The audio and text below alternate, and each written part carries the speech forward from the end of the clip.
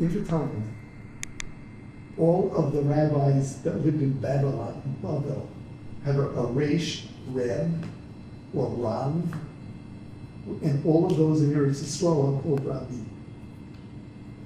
I heard it was maybe a different one, or maybe I think something to do with the sort of higher level when you're in Eretz Yisrael, you get the Yod of Hashem, or I've heard that too. I don't know. I have no idea if that's true. I have no idea if it's true. I'm willing to bet it's true. What? I'm willing to I believe it's true. But technically speaking, there are things that can be done only in Eretz Yisrael in terms of like a base deed. There are things that you can only do in Israel and anywhere else, and therefore the rabbis that lived here were considered higher. The Rebbe Lubavitch is called the Rebbe, not the Rebbe. Called the Rebbe. Okay. Even though he was very, very big. Yeah. He wasn't there strong. Yeah. He was asked on many occasions why he didn't come. He wasn't signed. He said he wanted to, he just can't abandon his Hasidim. Same thing with Moshe Moshe Feinstein. Moshe Feinstein this day said he can't leave American children. Moshe Weinberg didn't want to come here because I mean he'd love to be here. He wants to come very badly, but I think there are people that there's too many who wouldn't follow. There are so many people that just they need him just to keep going. He came so many people who weren't going to come would come. So it's true. It's probably really. I know it's very hard for him. I've heard him talk about it. It's very hard for him to make a decision. Okay. Getting closer to Shavuot.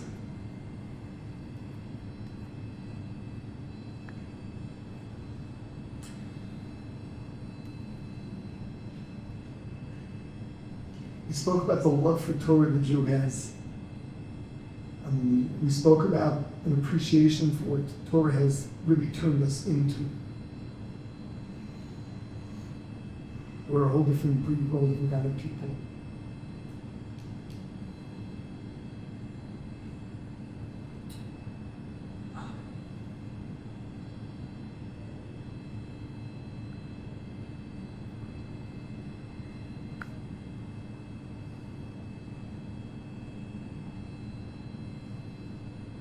I want to talk about something else, and I hope it inspires and not discourages.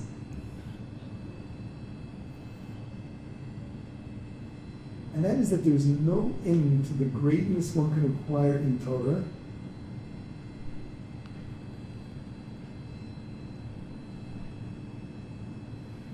Both in terms of acquiring information and even more so, developing more and more and more of appreciation for the depth of it.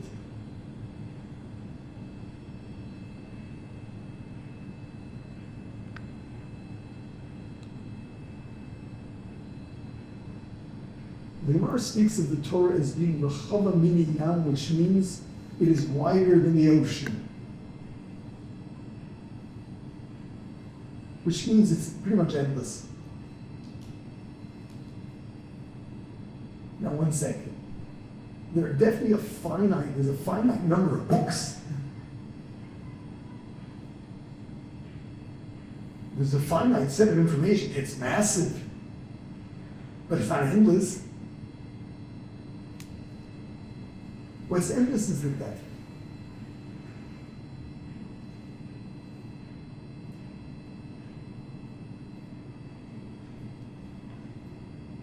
And until one really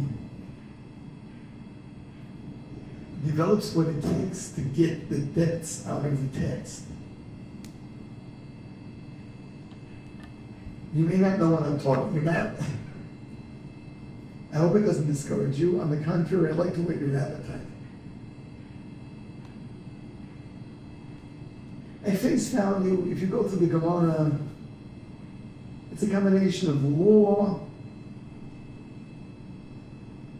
lore,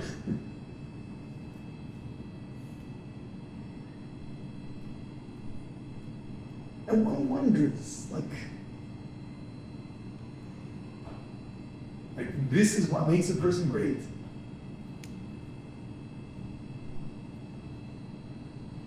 And the real key is in the profound depth of it. The profound depth of it.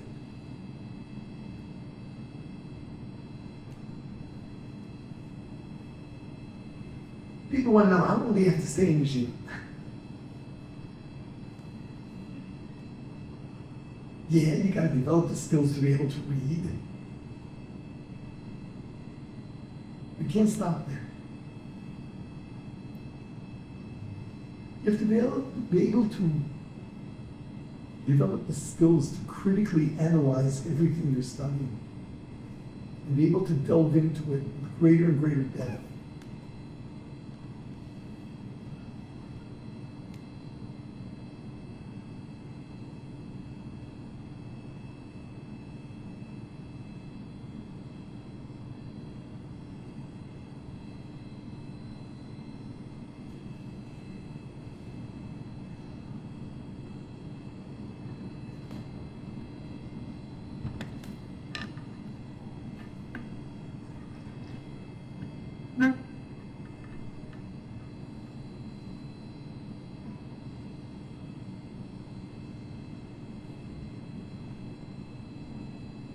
See, that's where the real internal transformation comes about. You become a deeper person. You're open to more subtleties and nuances. And that's where people really become so much greater.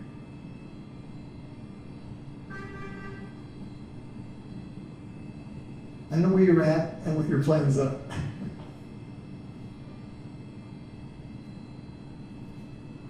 Tackling the language is, of course, the first hurdle.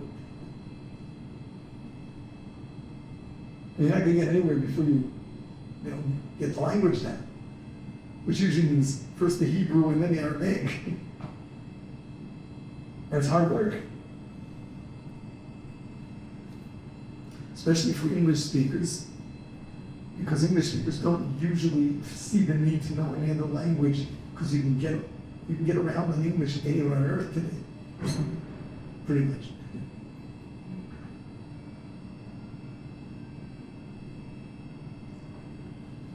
But you really have to bite the bullet and get the Hebrew skills down. You have to learn the structure of Gemara. It's a logical structure, and you have to get used to that. Most people don't think in those terms anymore, unless you study law or philosophy.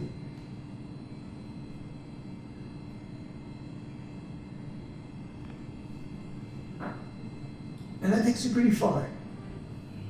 Then there's another step. It's really getting to analyze the abstract concepts. Why is this so? What sense does it make?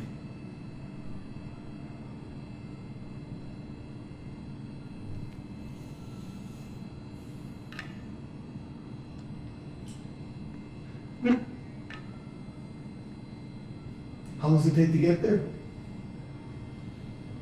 Depends on how hard you work, how intuitive you are.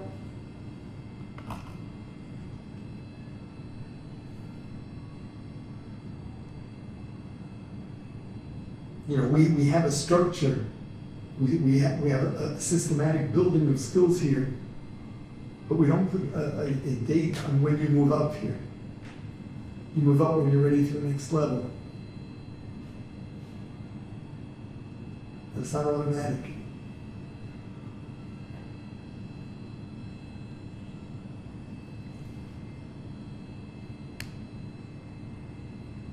But that's where it's at. That's where your soul really connects to it. That's where you really transform yourself in terms of your attitudes. That's where you start building your greatness.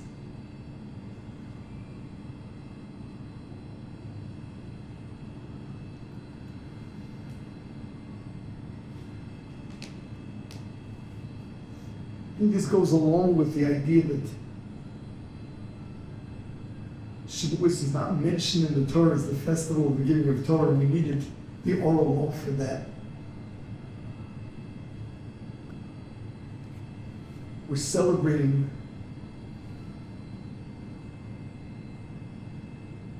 the oral law, we're celebrating this ongoing process. Torah being alive, where every one of us is sensitizing ourselves over and over.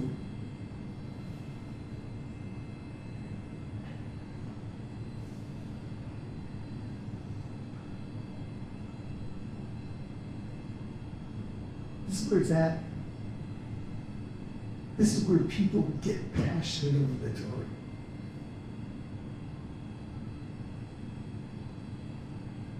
This is where Chavrusa start screaming at each other. Here comes the death.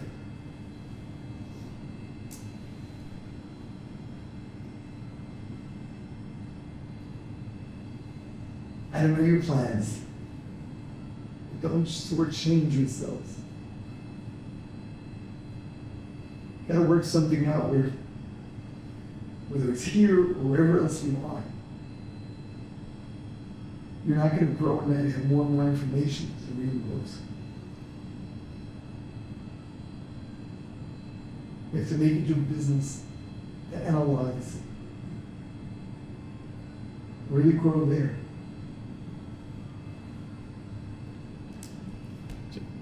So depth of study is greater than breadth of study. It gives you things that breadth of study doesn't give you. In the world of the yeshivas, it's always understood that way. Of course, the more of a breath you have to call upon, the better your depth is. The more information you have, your depth will be more accurate. But ultimately, real growth is in depth.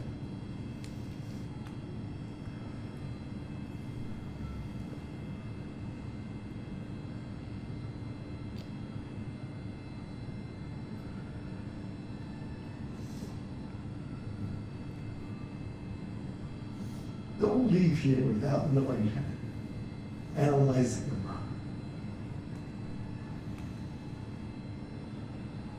I don't know how this fits into your life plans, I have no idea.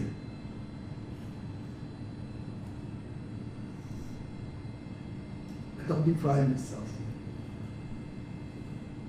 This is where the real love of learning comes from. This is where you can exercise your creativity in your learning.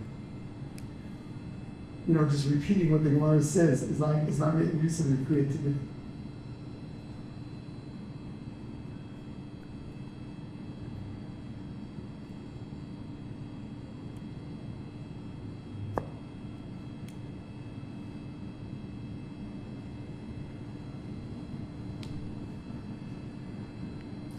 You know, people talk about how great they know so much, they memorize so much. Yeah. True, but they've also analyzed in depth everything they know.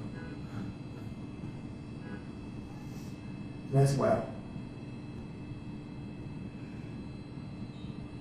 Because at face value, things can be very misleading. It's only when you get to the depths that things really make sense.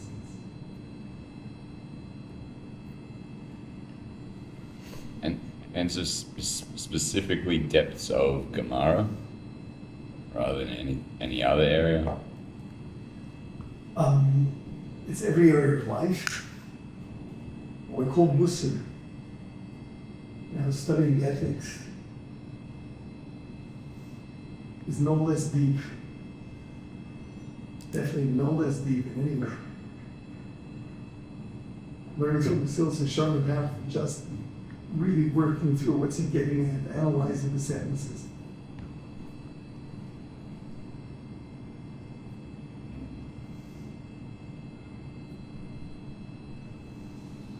You got it there too. In fact, once you learn how to analyze, you're going to want to analyze everything. You're going to start from the siddur over again.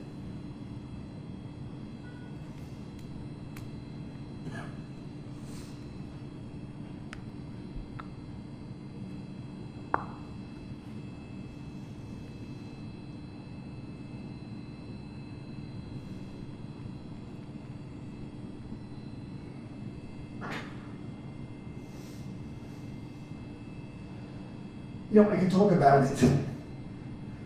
But until you experience it, you don't know what I'm talking about. But that's where it's at.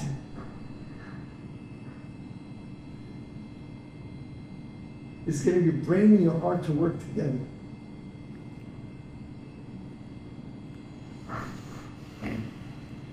I don't understand. I'm studying a Gemara in depth. You mean just like take one page and just look at the page for like a whole week, or like taking a whole book? It doesn't go by pages. It goes by the sugya, as we call it, Yeah, Mishnah thing. whatever it is that that's on there, and really getting an understanding of first what are the problems with it, what are the possible solutions. The higher the shear in Aish, the lesson, the further into the highest shear is, I think, only like 4 or 5 pages in from the beginning of the first minute. And then they spend like 5 weeks on one page, like more. Crazy. Doesn't have to be 5 weeks on one page. All of it's done in many places.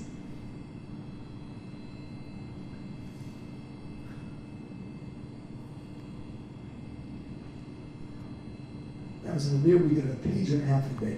A week. Page and a half a week. Someone in the share said they don't ask the Gemara's questions anymore. They ask questions on the Gemara. They ask why they ask the question. They like go into that. But then I was also heard about some really great rabbi that would finish all Shas in a year, but that means you'd have to do 66 pages a day, and that doesn't sound like he's going into much depth. Oh, 1 second.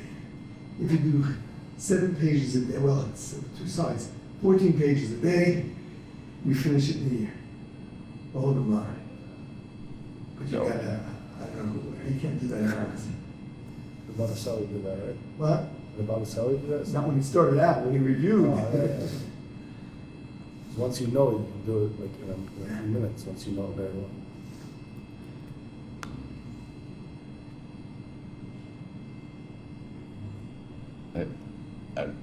One Shavuot question. If we were so excited to receive the Torah, how come we slept in? We were waiting for weeks, a month, whatever it was. How come we slept there? Because Hashem showed up very early. Yeah. It wasn't that they slept till midday, till noon. Just Hashem came very early in the morning and they weren't up yet. But it's like Rabbi was saying this morning that we had to put fences around the mountain and everything to protect us from going up there. But apparently we didn't need something stopping us from sleeping in. Yeah.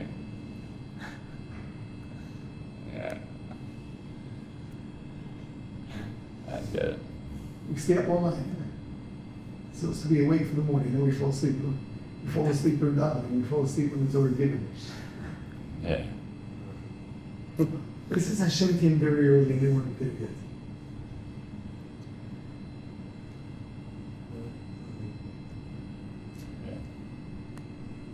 Yeah. All right.